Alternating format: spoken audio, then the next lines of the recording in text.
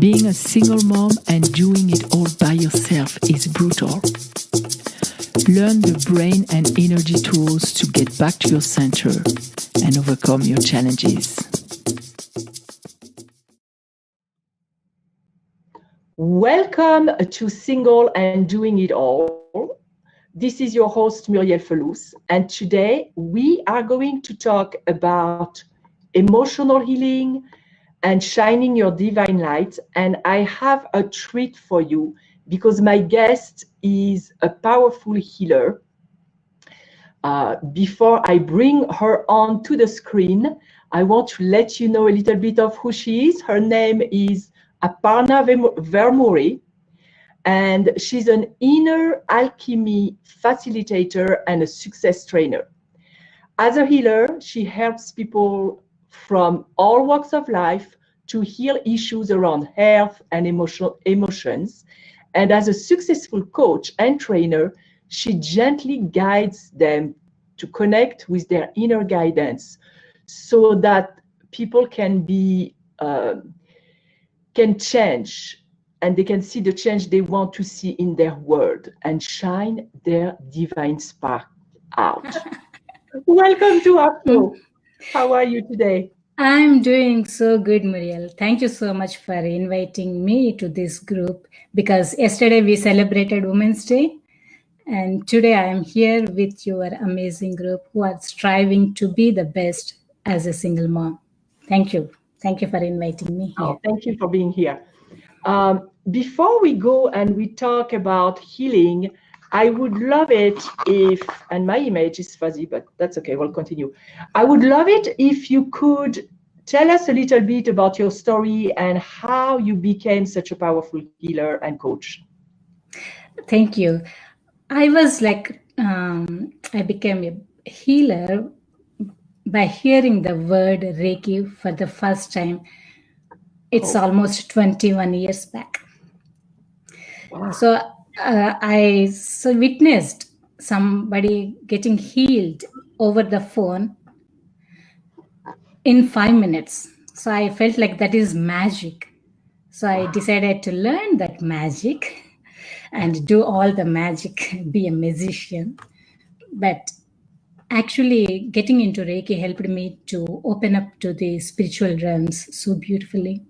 So I have been in connection with all the spiritual masters, angels, and they are guiding me in every walk of my life. So whatever I am right now, that is because of this powerful Reiki. That's beautiful. I know what Reiki did for me, and it also opened some channels, especially with energy and intuition. But having this kind of experience that you had, it's really something that it comes from above. You were meant to do that, and they let you know, and you didn't have a choice almost. Yes, I totally agree with that. So it is your destiny to help people heal. Yeah, but when my master said that you are chosen by Reiki, I was like, how can Reiki can choose me? Because I paid the money and I left my kid under the guidance of someone else and I came to learn the Reiki. Then how come Reiki chooses? So it's so funny at that moment. But yes, I am so glad that I was chosen by Reiki and have been given the guidance to do all the stuff that I'm doing. That's fabulous. That's really great. Yeah. And as far as the coaching side, what made you decide to start coaching as well? Because you can do energy healing without coaching. I sometimes have clients that just want energy. Yes. So what happened was when I was doing the healing to one of my clients, suddenly she said, like, you are the best coach. I didn't realize that I've been coaching her. I thought I'm doing the healing, but I never thought that I'm doing the coaching too.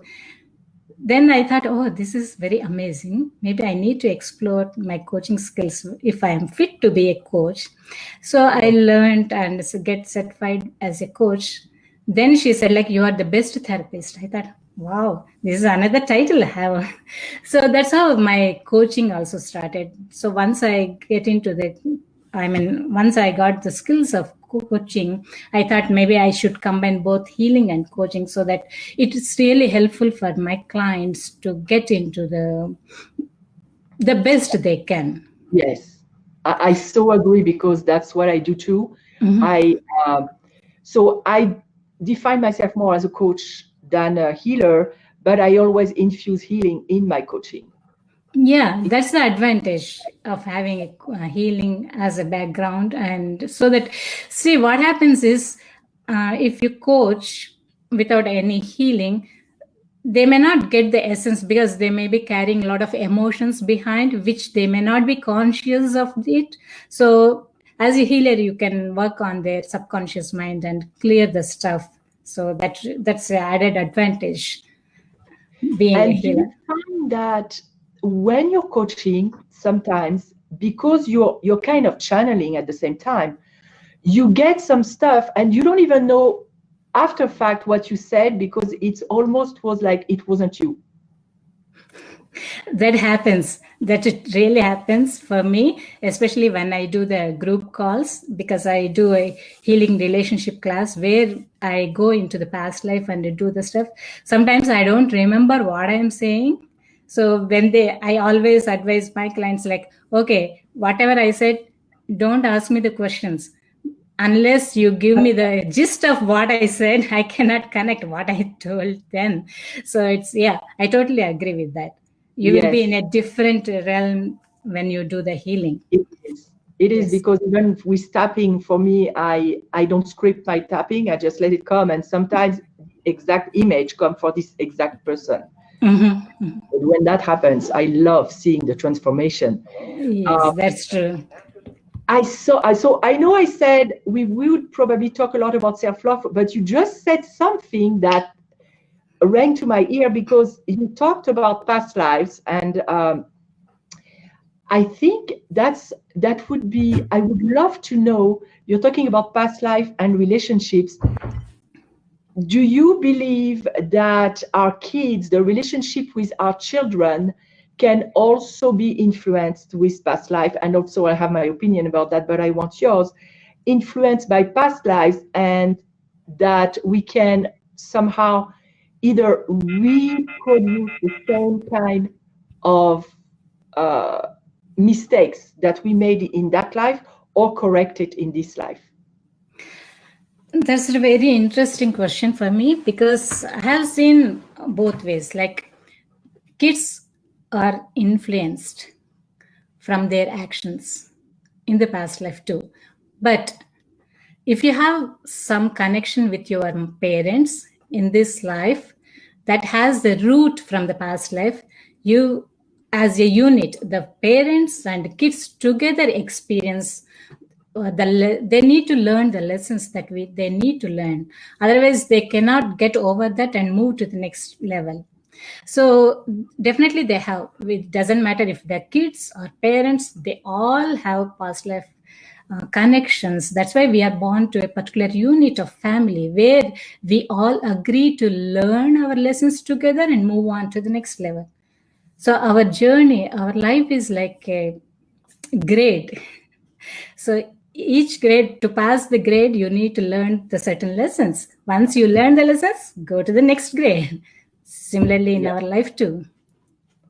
And that's funny, because when you take the test for the lesson, if you don't pass it, it becomes a harder and harder test every time. Yes. It will be like a blow on your face. And asking you to pay attention to learn the lesson. Then only you can move on to the next one. Yes. And actually, you said something, because in one of the previous episodes, I talked about fear regarding our kids, and I personally had a fear of my kids dying. And it was completely overreacting. Every time they were going outside, I was thinking about it.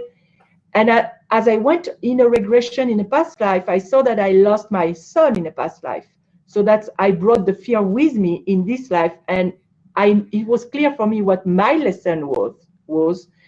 But I never thought about the other side of it, about my kids' lessons in what I was doing. So thank you for bringing that up, because it's not always obvious to us. That's true. I will give you one example if you want to know about this. See, I have a client. She asked me, the situation for her is like her son don't talk to her. He was like 10th grader or so. So there is always friction in the family. The whole family has some friction. Yeah. Mother and daughter has, mother and father has, and kids, all the family is like a whole mess. So when they came for the healing, I mean, for the past life healing relationship issues, so we did so many sessions for her. I could see the shifts happening at one level, but it's not reflecting in the physical level as such. But suddenly one day, when the son went to the college, out of the blue, he called his mom, and spoke so nicely. That's when she felt like, oh my God, is it my son who called me and spoke with me? I never thought that it's going to happen in this lifetime. This definitely happens if you allow the things to happen. Because we already saw that seed in the past. That seed we need to look into and clear the issues around. Yes. In that life, they made a lot of things together that brought to this friction in this life. So they want to clear the issues in this life so beautifully, and now they are like a good friends. So it may make me so happy to see that. Yes. That's beautiful. I know that personally, and with clients, I also sometimes there is nothing you can do as far as actions, because especially if you have teenagers, I have teenagers, so I see how they react to my suggestions. They don't want to know, they don't want to do what I say. End of the story. So sometimes I used to feel powerless, but then I realized that there is the energy side of the story. So I started to work on my energy, connecting with their energy. Yes. Of course, always asking for the permission, because I don't want to violate anything. But just doing that and tapping at the same time while sending love to my son, for example, changed the way he responded to me in real life. I mean, the energy is real, but in the physical life. So the example that you mentioned is also like that, where we have, even when we think we're powerless, we still have power in the energy world. And when we do things just to heal, without even expecting a certain outcome, because sometimes it may not come, I don't know, it depends on them, it's still power. What do you think is the first step? And before I ask you this question, I just want to acknowledge Lakshmi said it's so nice to be here, so it's nice to have you. And the thing I wanted to ask was, for somebody who has never done anything with energy, what would you tell them to do to start making their relationship with their children, for example, smoother? Like maybe an energy practice that is very simple, or something simple that they can do regularly to start clearing all that energy and all that past maybe that they're dragging with them.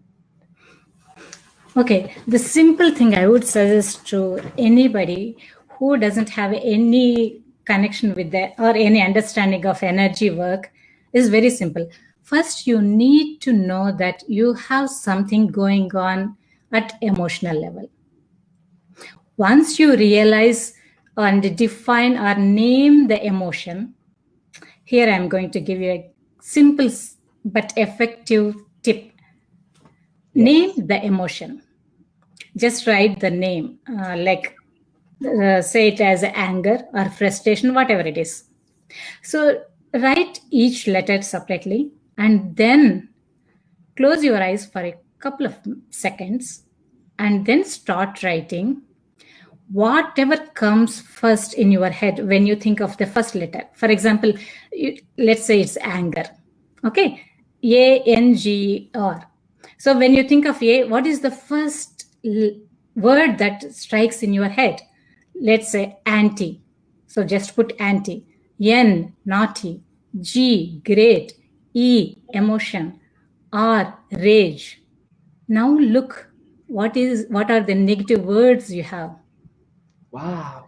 Then do another round. If you think you keep on repeating the same negative thing again and again, give a break. Go out for a walk or do something else and come back and again do the stuff again. Like look at ANGR. This time see what else comes to you. Do this till you get all the positive words. And before you do this, rate your intensity level, and after this, rate the intensity level. You will be surprised to see how the energy shifts for you. Wow, that's Yes. I've never heard that anywhere, and that's amazing. It's really a great tool because stuff can come from your subconscious mind that we didn't even know we had. Yes, it's really amazing. Only thing is you need to name your emotion rightly. Yes. It's like whether it's a rage, anger, frustration, anything. Pick anything and start writing. And when people, because sometimes people are not exactly sure about the emotion that they feel. I know I coach women, but sometimes I have men too. And not to make a generalization, but sometimes it's harder for them to know exactly what they feel because they're not trained. They've been trained to boys don't cry, boys don't do this and do that. So they're not really connected. What do you do if somebody is not sure about what he or she feels? Then I would suggest them to go and look into the mirror, look into the eyes, and say, I love you, whoever you are, Oh, yeah. however you are, whatever you are. Mirror affirmations are so powerful. Yes. So now we can talk about my favorite subject, self-love. Yes, of course. To send yourself some love and to also become aware of what's coming in your mind when you say I love you, because at the beginning you will have all that craziness, nonsense that comes. I cannot love myself because I'm overweight, or I cannot love myself for whatever reason, and it's really mirroring, for lack of a better explanation, what you feel about yourself.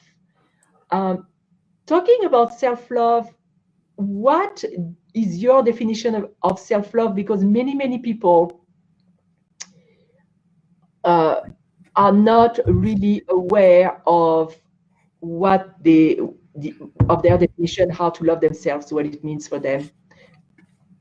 So self-love, because people often get confused with self-love and self-care. Mm-hmm. They think that, okay, I'm taking massage, I'm doing good. That's a self-care. You might say that I'm going out for a walk and I'm maintaining my healthy body. That's self-care. But self-love is simply accepting the whole of you with all your negativity, with all your vulnerabilities, with all your negative thing, whatever it is. So you have to accept the whole of you, whether it's a beauty or ugly, whether it is perfect or imperfect, whether it's a liar or a cheater, or if it is a perfect person, whatever it is, you need to accept the whole of you. Unless you accept the whole of who you are, see, you have a saying like, unless you have something, you cannot donate anything to people, right? So unless you have love within yourself, how can you share it with others? Yes. If you're not full of it, you have nothing to give. And you can do self-care in the name of self-love because you love yourself, so you go and do those things for yourself. But it starts with radical self-acceptance, I would say. Yeah, you have to completely accept who you are. Then you can do all this with love rather than maintaining the social norms or social whatever it is. So unless it comes from within, you cannot really enjoy what you are doing. So one practice of self-love that you do in your life, what do you do on a regular basis to love and accept yourself? I meditate. Yes. I love meditation because that's where I really feel the love within me, because we all are made in the image of God. So God resides within us. So that is love. So you have to connect with that. The another simple thing I do is before I go to bed, I simply look into the eyes of myself in the mirror and say simply, I love you. Whatever you did today, you did awesome. That's funny. I have a mirror next to my bed where I decorated the mirror because this is my self-love mirror where I'm not allowed to criticize myself. I put some feathers on it. I really went crazy. And I do that too. And it's like saying good night, saying I love you to a beloved. You are the Yeah. beloved. Yeah, Yeah. it's so beautiful. We're going to make a break. And for those who are listening on audio, if you want to be part of the studio audience, like my coach would say, even though it's Facebook, you can come and join us on Facebook next time. You just, you can be notified. You go to my website, Single and Doing It All. And, or even better, come on the Facebook page, Your French Life Coach, and just put a comment, notify in this live, and you will be notified next time. But we'll be back in a few minutes. So we are back with Aparna, and we were talking about self-love. One question I had for you was, how would you start teaching self-love to kids? Oh, that's amazing question because I have one kid in home. So, see, you have to start self-love to kid when they are very young. So whatever they do, without giving any judgmental comments, you have to appreciate what they are doing. In a subtler way, you have to give them the guidance too, whether it is right or wrong. And also you need to tell them that every day it's better to appreciate one other person who did great. Yeah, without giving no judgments, whatever. No judgments. No judgment. And I know it's easier said than done sometimes when you're in the midst of what's going on. Yeah, and I teach them to appreciate other people, especially their own peer, because unless they start appreciating the other person, they may not be able to divide off the jealousy. So if their friends are doing really good in at school or having some extra money than what they can have, that's when they can feel jealousy. So you need to teach them that it's okay to have extra money, but whatever you have is good enough to enjoy your own life and to some extent share also. Even if you don't have anything in your hand, just go there and be there for someone else. Yes. So if you keep on teaching these things at a very early age, they start having self-love because it helps them to build their self-esteem. Yes. So they can have that self-love. Especially when you give, because when you give, sometimes the pleasure, the reward of giving is bigger for the person that gives than the person that receives. Of course. And being aware of that, it will develop the generosity in you as well. And it's so important. And by the way, I want to acknowledge you for your generosity because I know you referred the client to me and we hadn't even met. So just to let my audience know that she's walking her talk. She's a very generous and kind person herself. I'm so happy because I was looking for someone who can really help her because I know I cannot help with the issues she has. I can heal her, but she kept on doing the same thing again and again. So I thought someone really needs to help her. So I found you. Everything worked out. Yeah. I love it. Everything is really orchestrated from above, even when we talk about being a single mom, because a lot of my clients are struggling, and I know because I've been where they were, with fear and anxiety, but remembering that everything is orchestrated from above will bring some kind of inner peace. What could you tell people about dealing with fear and anxiety? Would you have like a small tool that you could share, or an approach? If they are willing to do meditation with me, I can guide a small meditation if it works out. If it's not, then I would suggest them the best thing they can do is journaling. Journaling, yeah, that's powerful. Because if you start writing, you can bring out different layers that are there inside. It's like peeling the onion. So you have so many layers around that needs to be addressed. Yeah, outside you may say it's a fear and anxiety, but deep inside there may be so many hurts and pains that needs to be addressed.